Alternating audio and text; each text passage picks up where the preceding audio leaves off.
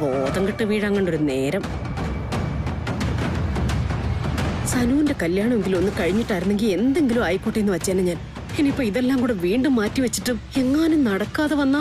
അമ്മേ, അമ്മ വിഷമിക്കണ്ട. ഡോക്ടേഴ്സ് അല്ലേ, അവരങ്ങനെയൊക്കെ പറയും. ചടങ്ങുകളൊന്നും മുടക്കണ്ടമ്മേ. കുറച്ച് കഴിയുമ്പോ ഞാൻ എങ്ങനെയെങ്കിലും അങ്ങോട്ട് വന്നോളാം. വേണ്ട മോനെ, അതൊന്നും വേണ്ട. ചടങ്ങുകളൊന്നുമല്ല, നിന്റെ ആരോഗ്യം ഇപ്പൊ പ്രധാനം. ഞാനല്ലേ പറയുന്നത്, ഐ എം ഓക്കെ. ഇത്രയും പേരെയൊക്കെ വിളിച്ചു വരുത്തിയിട്ട് ഈ ലാസ്റ്റ് മൊമെന്റിൽ ഫംഗ്ഷൻ മാറ്റിവെക്കുക എന്ന് പറയുന്നത് പ്രാക്ടിക്കൽ അല്ല. വേണ്ട ഗിരി, നിന്റെ ആരോഗ്യത്തിന്റെ കാര്യത്തിൽ ഒരിക്കലും ഒരു റിസ്ക് എടുക്കാൻ ഞാൻ തയ്യാറല്ല. എനിക്കൊരു കുഴപ്പമില്ല അമ്മേ. അമ്മ ആരോടും ഒന്നും പറയാൻ നിൽക്കണ്ട അമ്മേ. എല്ലാരും സെലിബ്രേഷൻ മൂഡിലല്ലേ, അതങ്ങനെ അങ്ങ് നടക്കട്ടെ. അതെ, അത് തന്നെയാണ് നിന്നെ കൊണ്ട് എനിക്ക് വേണ്ടത്. എക്കാലവും ഞാൻ ആഗ്രഹിക്കുന്നത് പോലെ തന്നെ നിന്നെ കൊണ്ട് പറയിപ്പിക്കുകയും പ്രവർത്തിപ്പിക്കുകയും ചെയ്യും. എന്നാ നേരം കളയണ്ടമ്മേ, അമ്മ അങ്ങോട്ട് ചെന്നോളൂ. ഇവിടെ ഇവരൊക്കെ ഉണ്ടല്ലോ, കുറച്ചു കഴിഞ്ഞ് ഞാൻ എങ്ങനെയെങ്കിലും അങ്ങോട്ട് എത്തിക്കോളാം. ശരി മോനെ, നിനക്ക് അത്ര നിർബന്ധമാണെങ്കിൽ പിന്നെ നീ പറയുന്ന പോലെ തന്നെ നടക്കട്ടെ. അമ്മേ, സുമിതയോടും വീട്ടുകാരോടും ഒന്നും പറയാൻ നിൽക്കണ്ട. സ്നേഹ, നീയും കൂടെ അങ്ങോട്ടൊന്നും ചെല്ലേ. കാര്യങ്ങളൊക്കെ മാനേജ് ചെയ്യണ്ടേ? ഇവിടെ ഇപ്പൊ ഞാനുണ്ടല്ലോ. അല്ല, സുമിത ചോദിച്ചാ ഞാൻ എന്താ പറയണ്ടേ? വേറെ ആരോടും പറഞ്ഞില്ലെങ്കിലും സുമിതയോട് നമ്മൾ കാര്യം പറയേണ്ടതല്ലേ? സ്വന്തം ചേച്ചിയുടെ മെഹന്തി നടക്കാതിരിക്കുമ്പോ ആ ശ്രീനിഷ് അതിന് സമ്മതിക്കുമെന്ന് ചേച്ചിക്ക് തോന്നുന്നുണ്ടോ? ഏയ് വേണ്ട വേണ്ട, എന്തിനാ വെറുതെ ഇതൊക്കെ പറഞ്ഞ് സുമിതയെ ടെൻഷൻ എടുപ്പിക്കുന്നേ? കുറച്ചു നേരം ഒബ്സർവേഷനിൽ കിടന്നു കഴിയുമ്പോ ഗിരിയുടെ അവസ്ഥ മെച്ചപ്പെടുമെങ്കിൽ പിന്നെ നമ്മൾ വെറുതെ എന്തിനാ അവരുടെയും കൂടെ സന്തോഷം ഇല്ലാതാക്കുന്നേ? അതാണ് നല്ലത്. ശരി മോനെ.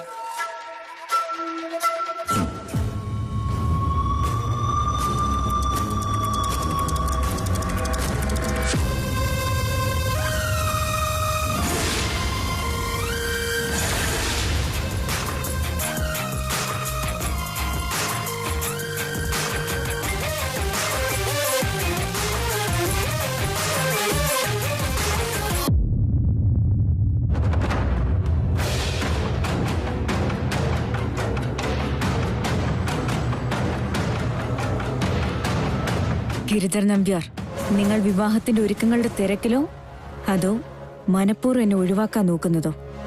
രണ്ടായാലും അതൊന്നും നടക്കാൻ പോകുന്നില്ല. നിങ്ങളുടെ വിവാഹവും ഞാൻ നടത്തില്ല. എനിക്ക് പറയാനുള്ളത് നിങ്ങൾ കേൾക്കണം. എനിക്ക് കിട്ടേണ്ട ഉത്തരങ്ങൾ കിട്ടിയിരിക്കണം. നിങ്ങൾക്കെതിരെ ഒരു കംപ്ലൈന്റ് ഉണ്ട്. ഒന്ന് സ്റ്റേഷൻ വരെ വരണം. എന്തിന് കംപ്ലൈന്റോ? എന്ത് കംപ്ലൈന്റ്? ആരുടെ കംപ്ലൈന്റ്? അതൊക്കെ അങ്ങ് സ്റ്റേഷനിൽ ചെന്നിട്ട് പറയാം. പിടിച്ച് വണ്ടി കയറ്റ്. എനിക്കെതിരെ ആരും കംപ്ലൈന്റ് തരാനില്ല. അതൊക്കെ അങ്ങ് സ്റ്റേഷനിൽ ചെന്ന് പറയാം. വിടാൻ. എനിക്ക് വളരെ അത്യാവശ്യം ഒരു സ്ഥലം വരെ പോകാനുള്ളതാ. ഓഫ് ഓൾ ദ ഡേയ്സ്, ഇന്ന് എനിക്ക് ഇവിടെ ഇങ്ങനെ കിടക്കാൻ പറ്റില്ല. നമുക്ക് വീട്ടിൽ പോവാം. എന്തിനെങ്ങനെ വാശി പിടിക്കുന്ന ഗിരി? ഡോക്ടർ പറഞ്ഞ് നീയും കേട്ടതല്ലേ? എടാ, ഡോക്ടേഴ്സ് അങ്ങനെയൊക്കെ പറയും. എനിക്കൊരു കുഴപ്പമില്ല. എനിക്ക് വീട്ടിൽ പോയേ പറ്റൂ ആകാശേ. നടക്കില്ല ഗിരി. അതെന്താ നടക്കാത്തെ? ഞാനൊന്ന് തല കറങ്ങി വീണു, അത്രയല്ലേ ഉള്ളൂ. അതിനെ ഇങ്ങനെ ഒരു മഹാസംഭവമാക്കി മാറ്റേണ്ട കാര്യമൊന്നുമില്ല. നിന്റെ BP ഇപ്പോഴും നോർമൽ ആയിട്ടില്ല. ഡോക്ടർ പറഞ്ഞതുപോലെ BP നോർമൽ ആവാതെ ഇവിടുന്ന് പോവാനും പറ്റില്ല. അത് നീയാണോ തീരുമാനിക്കുന്നത്? എനിക്ക് പോയേ പറ്റൂ. എടാ, ഇന്ന് എന്റെ പെങ്ങടെ മൈലാഞ്ചി കല്യാണമാ. I bloody have to be there. നീ എന്തായി കാണിക്കുന്നേ? മര്യാദയ്ക്കോടെ കിടന്നേ. ഇതെന്താ തമാശയും കളിയാണെന്ന് വിചാരിച്ചോ? നിന്നെ കുറിച്ച് നിനക്കോ നിന്റെ കുടുംബക്കാർക്കോ ഒരു ചിന്തയില്ലായിരിക്കാം, പക്ഷെ എനിക്കുണ്ടാ. അതുകൊണ്ടേ ഞാൻ തീരുമാനിക്കും. ഈ ഒരു കാര്യത്തിലെങ്കിലും ഞാൻ പറയുന്നതേ നീ അനുസരിച്ചാ പറ്റൂ. നീ എന്താ അങ്ങനെയൊക്കെ പറയുന്നത്? കുടുംബത്തിൽ ആർക്ക് ചിന്തയില്ലെന്നാ? എടാ, അവർക്ക് ഇന്നത്തെ ചടങ്ങിന്റെ തിരക്കിലല്ലേ. എന്നിട്ടും അമ്മ വന്നല്ലോ. ഞാനേ നിന്നോട് തർക്കിക്കാനൊന്നുമില്ല. ഡോക്ടർ പോകാൻ പറയുന്നതുവരെ അടങ്ങി ഒതുങ്ങി ഇവിടെ കിടന്നോളണം, അത്രേ ഉള്ളൂ.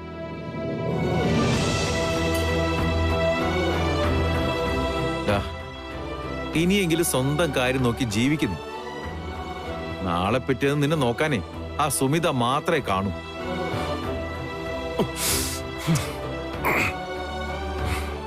കഴിക്ക്. കഴിക്ക്. കഴിക്കാൻ കഴിക്ക്. ഉം.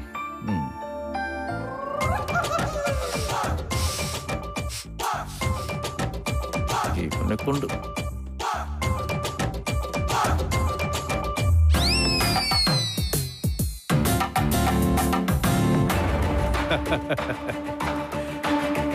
ഇത് വളരെ ക്വിക്ക് ആക്ഷൻ ആയി പോയല്ലോ സാറേ.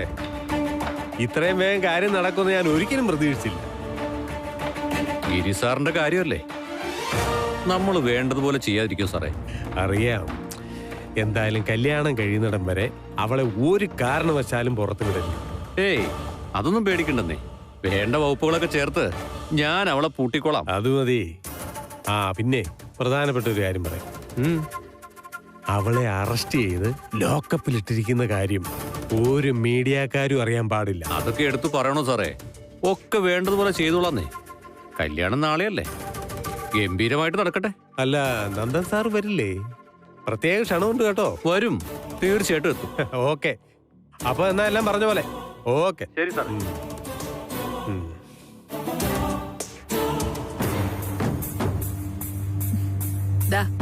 ഇതൊന്ന് വായിച്ചു നോക്കിയിട്ട് ഒപ്പിട്.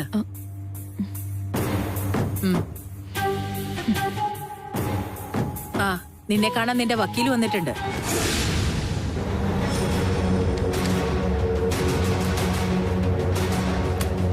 എന്തായി വക്കീലെ, ജാമ്യത്തിന്റെ കാര്യങ്ങളൊക്കെ ഓക്കെ അല്ലേ? അത് പിന്നെ മാഡത്തിനെതിരെ ചാർജ് ചെയ്തിരിക്കുന്ന വകുപ്പുകളൊന്നും അത്ര ചെറുതല്ല. കേസ് ബ്ലാക്ക് മെയിലിംഗ് ആണ്. ഞാൻ ആരെ ബ്ലാക്ക്മെയിൽ ചെയ്തെന്ന് ഈ പറയുന്നേ? ശതകോടീശ്വരനും വ്യവസായ പ്രമുഖനുമായ ഗിരിധർ നമ്പ്യാരെ ബ്ലാക്ക് മെയിൽ ചെയ്ത് പണം തട്ടാൻ ശ്രമിച്ചു എന്നതാണ് ഇവർ ചാർജ് ചെയ്തിരിക്കുന്ന കേസ്. മാഡത്തിനെതിരെ കോടതിയിൽ നിന്നും ഗിരിധർ നമ്പ്യാർ റെസ്ട്രെയിനിങ് ഓർഡറും വാങ്ങിയിട്ടുണ്ട്. നാച്ചുറലി സമൂഹത്തിലെ ഉന്നതനായ ഒരു വ്യക്തി നൽകിയ പരാതി എന്നൊരു പരിഗണന പോലീസ് ഈ കേസിൽ നൽകിയിട്ടുമുണ്ട്. അതുകൊണ്ട് തന്നെ സ്റ്റേഷൻ ജാമ്യം കെട്ടി പുറത്തു പോവുക എന്നത് അത്ര എളുപ്പമുള്ള കാര്യമല്ല. പോലീസിന്റെ ഭാഗത്ത് നിന്ന് യാതൊരു പരിഗണനയും പ്രതീക്ഷിക്കണ്ട. അപ്പൊ എനിക്ക് കിട്ടേണ്ട നീതിയില്ലേ വക്കീലെ? അതിനാര് സമാധാനം പറയും? പണിക്കാർക്ക് എന്തോ ആവാന്നാണോ? അങ്ങനെയല്ല മാഡം, നമ്മുടെ ഭാഗത്തു നിന്ന് ചെയ്യാനുള്ള കാര്യങ്ങളൊക്കെ നമുക്ക് ചെയ്യാം. പക്ഷേ പോലീസിന് അവരോടൊരു ചായ്വുണ്ട്. അത് ഞാൻ പറഞ്ഞേ ഉള്ളൂ. ശരി, എന്താ അടുത്ത സ്റ്റെപ്പ്? വക്കീൽ അത് പറയും. എത്രയും പെട്ടെന്ന് എനിക്ക് പുറത്തിറങ്ങിയേ പറ്റൂ. അറസ്റ്റ് രേഖപ്പെടുത്തിയ സ്ഥിതിക്ക് എന്തായാലും 24 മണിക്കൂറിനുള്ളിൽ കോടതിയിലോ മജിസ്ട്രേറ്റിന്റെ വീട്ടിലോ നിങ്ങളെ ഹാജരാക്കും. അപ്പൊ നമുക്ക് ജാമ്യം കിട്ടാനുള്ള നടപടികൾ നോക്കാം. അവിടുന്ന് ജാമ്യം കിട്ടുമെന്ന് വക്കീലിന് ഉറപ്പുണ്ടോ? അത് പിന്നെ പോലീസ് സ്റ്റേഷനല്ലോ കോടതി. അവിടെ നമുക്ക് നമ്മുടെ ന്യായങ്ങൾ പറയാനും കാര്യങ്ങൾ പറഞ്ഞ് സ്ഥാപിക്കാനുമുള്ള അവസരം കിട്ടും. മാഡം ടെൻഷൻ ആവണ്ട, ഞാൻ ശ്രമിക്കുന്നുണ്ട്. നമുക്കെല്ലാം ശരിയാക്കാം. അപ്പോ ശരിയെന്നാ, എല്ലാം പറഞ്ഞതുപോലെ തന്നെ. ശരി. 24 മണിക്കൂർ സാരമില്ല. അപ്പോഴും വൈകിട്ട് 4 മണിയാകും. ഗിരിയുടെ കല്യാണത്തിന്റെ മുഹൂർത്തം വൈകിട്ട് 6 മണിക്കല്ലേ? എന്റെ കണക്കുകൾ തീർക്കാൻ ആ 2 മണിക്കൂർ ധാരാളം.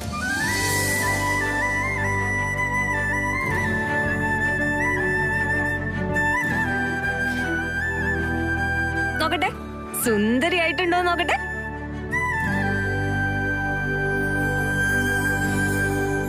നന്ദു, എന്തേ കാണിക്കുന്നേ? ഇങ്ങനെ പിടിച്ച് വലിക്കല്ലേ? ഈ ഡ്രസ്സിന് എന്ത് ഭാരാന്നറിയോ? ഇത്തിരി ഭാരം സഹിച്ചാലെന്താ, കാണാൻ നല്ല അടിപൊളിയായിട്ടുണ്ട്. ഇത് ഇടുമ്പോഴേ അതിന്റെ വിഷമം എടുത്തേ. നീ ഇതുവരെ ഒരുങ്ങി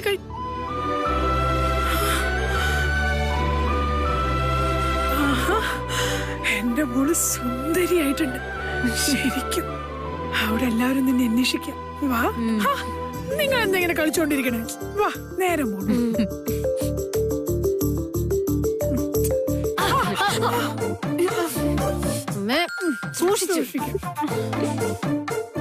Attention, ladies and gentlemen.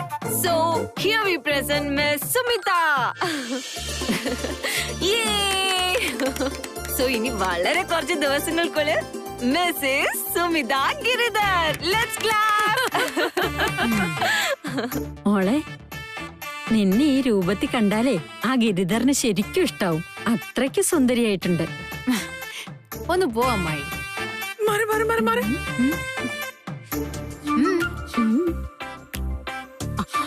Aaha, സത്യത്തിലേ miss Trivandrum എന്തിനൊന്നുമല്ല, നീയാ. ഇതോടെ ആ തലശ്ശേരിക്കാരുടെ അഹങ്കാരം അങ്ങ് തീരും. എന്റെ പൊന്നമ്മമ്മേ, ദൈവത്തോർത്ത് അവിടെ ചെന്ന് ഇങ്ങനൊന്നും വിളിച്ച് പറയല്ലേ. എന്റെ കൊച്ചുമോളുടെ കാര്യത്തിൽ ഞാൻ അഭിമാനിക്കുന്നതിൽ എന്താ തെറ്റ്? ഞാൻ പറഞ്ഞത് സത്യമല്ലേ?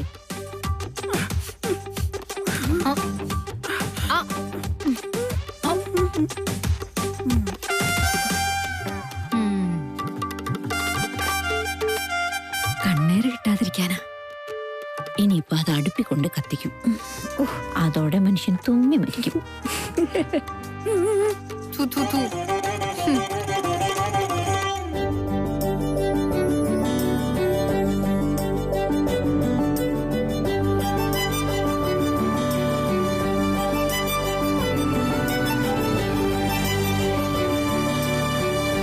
ഈശ്വര, ഈ സന്തോഷം എന്നും എന്റെ മോളുടെ മുഖത്തുണ്ടാവണേ.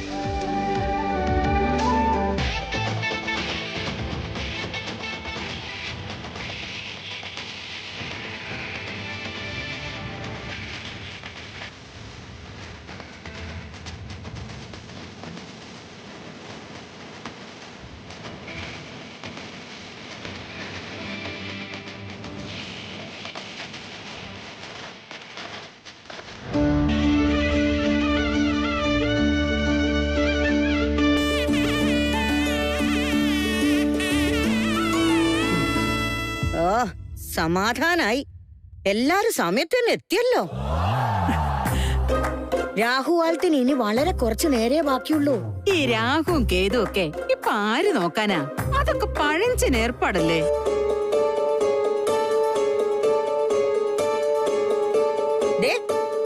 ഞങ്ങൾക്ക് അതൊക്കെ പ്രധാനം തന്നെയാ.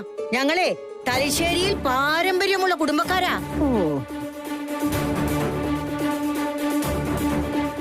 പാരമ്പര്യത്തിന്റെ കാര്യത്തിലേ ഞങ്ങളും അത്ര മോശക്കാരൊന്നുമല്ല. അപ്പോ നമുക്ക് ചടങ്ങുകളിലേക്ക് കടന്നാലോ? തുടങ്ങാം. അല്ല, അതിന് ഗിരി എവിടെ? ഗിരി അവൻ എത്തുന്നേ ഉള്ളൂ. ഓൺ ദ വേ ആണ്. നിങ്ങളെല്ലാവരും വന്ന കാലിൽ നിൽക്കാതെ കേറുവാ.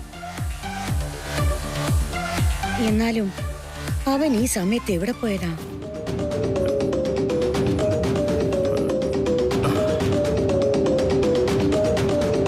ചേച്ചി കിളവി പണിയാക്കുമെന്നാ തോന്നുന്നത്. എന്തെങ്കിലും വേഗം ചെയ്തില്ലെങ്കിൽ നമുക്ക് പണിയാവും.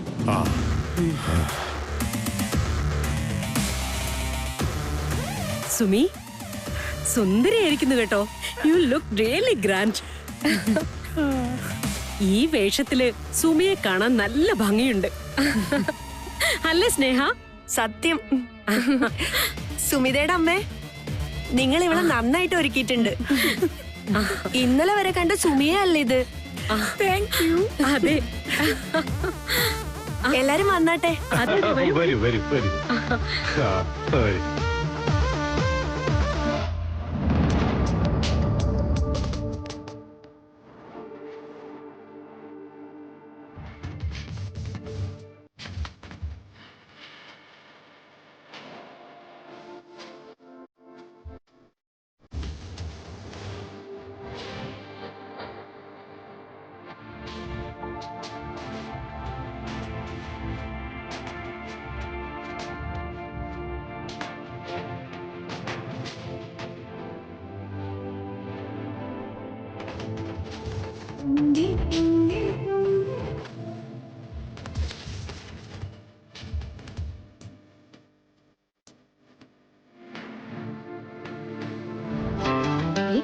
അടിപൊളിയായിരിക്കണം കേട്ടാ.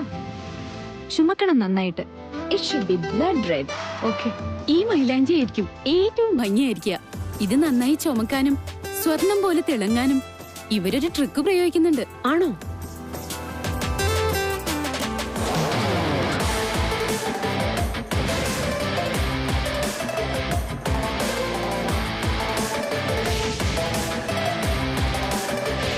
ഇതെന്താ? ഇത് ക്ലോവ് ഓയിലാ. അത് മൈലാഞ്ചിയുടെ നിറം കൂട്ടും. ഗ്രേറ്റ്.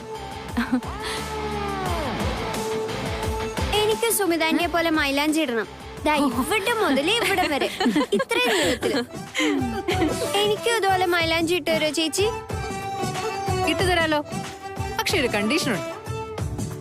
ഇതുപോലെ മൈലാഞ്ചി ഇട്ടാ നിന്റെ കല്യാണം ഇവിടെ വെച്ച് നടത്തേണ്ടി വരും. പറ്റുമോ?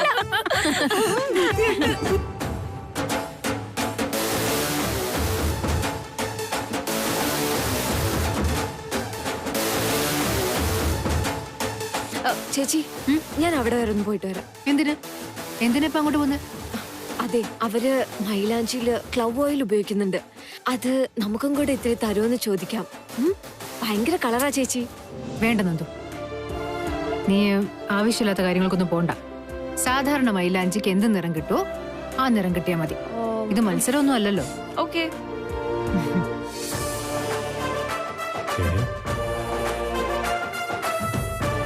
ഇതിനോടൊപ്പം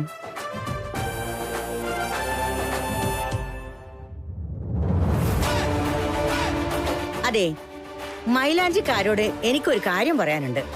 എന്താ? ഞങ്ങളുടെ നാട്ടിൽ പെണ്ണിന്റെ കയ്യിൽ മൈലാഞ്ചി ഇടുമ്പോ അതിന്റെ കൂടെ ചെക്കന്റെ പേരും കൂടി എഴുതുന്ന ഒരു ഏർപ്പാടുണ്ട്. അങ്ങനെ എഴുതിയാൽ അവന്റെ ആയുസ് കൂടുന്നാണ് വിശ്വാസം. നിന്റെ കയ്യിൽ മൈലാഞ്ചി കൊണ്ട് എന്റെ തക്കുടൂന്റെ പേരും കൂടി അങ്ങ് എഴുതിക്കോ. അങ്ങനെയാണെങ്കിലേ സാനിയുടെ കയ്യിൽ ഞങ്ങളുടെ ശ്രീകുട്ടന്റെ പേരും എഴുതണം.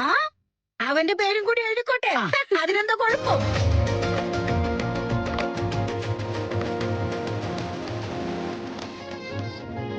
ഈ ഒരു കാര്യത്തിലെങ്കിലും മുത്തശ്ശിമാർക്ക് തമ്മിൽ യോജിപ്പുണ്ടായല്ലോ. ഭാഗ്യം തന്നെ. രണ്ട് മുത്തശ്ശിമാരും പറഞ്ഞത് ഒരു നല്ല കാര്യം തന്നെയാണ്. അവ രണ്ട് ചക്കന്മാരുടെ ആയുസങ്ങ് കൂടട്ടല്ലേ?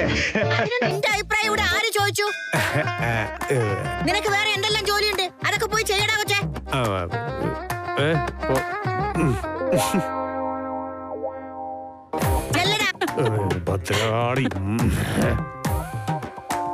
സുമി, അതെ, സുമിതയുടെ കയ്യില് ഗിരിയുടെ പേര് വലുതായിട്ട് എഴുതണം. അവനെ പോലെ തന്നെ വലിയ തടിയൻ അക്ഷരത്തിലൊക്കെ എഴുതിക്കോ. അതിനെ രണ്ട് കൈ കൂടെ ചേർത്ത് വെച്ചാലും മതിയാവില്ലല്ലോ അമ്മമ്മേ. അമ്മേ, ഈ അച്ചമ്മയ്ക്ക് ഇത് എന്തിന്റെ കേടാ? കയ്യിൽ പേരെഴുതാത്തതിന്റെ കുറവും കൂടി ഉള്ളൂ. ഞങ്ങള് നല്ല ഡിസൈൻ ഉണ്ടാക്കി വെച്ചിരുന്നു. അതിന്റെ ഇടയിൽ എവിടെയാ ഇനി ശ്രീയുടെ പേരെഴുതാ സ്ഥലം?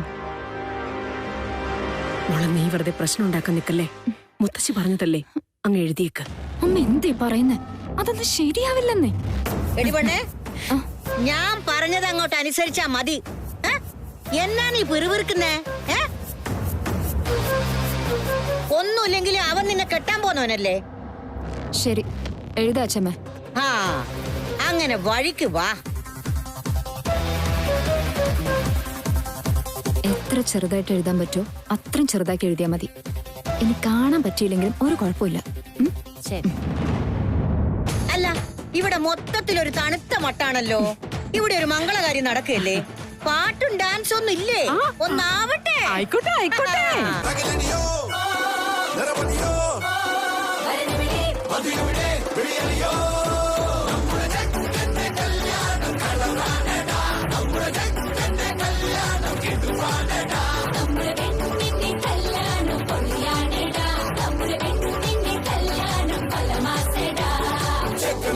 ടെൻഷൻ അടിച്ച് ചങ്കു പറിച്ച് ചേർന്നൊരു കല്യാണം.